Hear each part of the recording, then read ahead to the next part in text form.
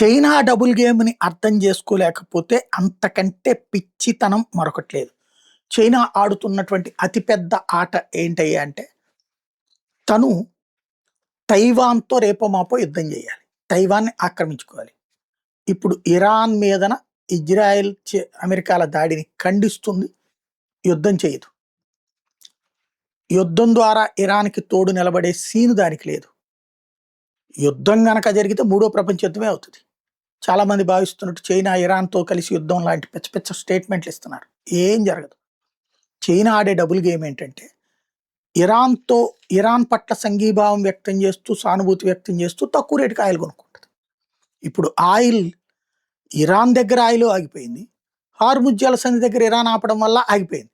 కాబట్టి ఓ పక్కన వాళ్ళని స్వాంతన చేకూరుస్తూ స్టేట్మెంట్లు ఇస్తూ, వాళ్ళకి మేము అండగా ఉన్నామంటూ అమెరికా, యూరప్ దేశాలకు చెప్తూ, రెండో పక్కన తనకు అడ్డం లేకుండా తన ట్యాంకర్‌ల ఆయిల్ వచ్చేలా చేసుకుంటోంది.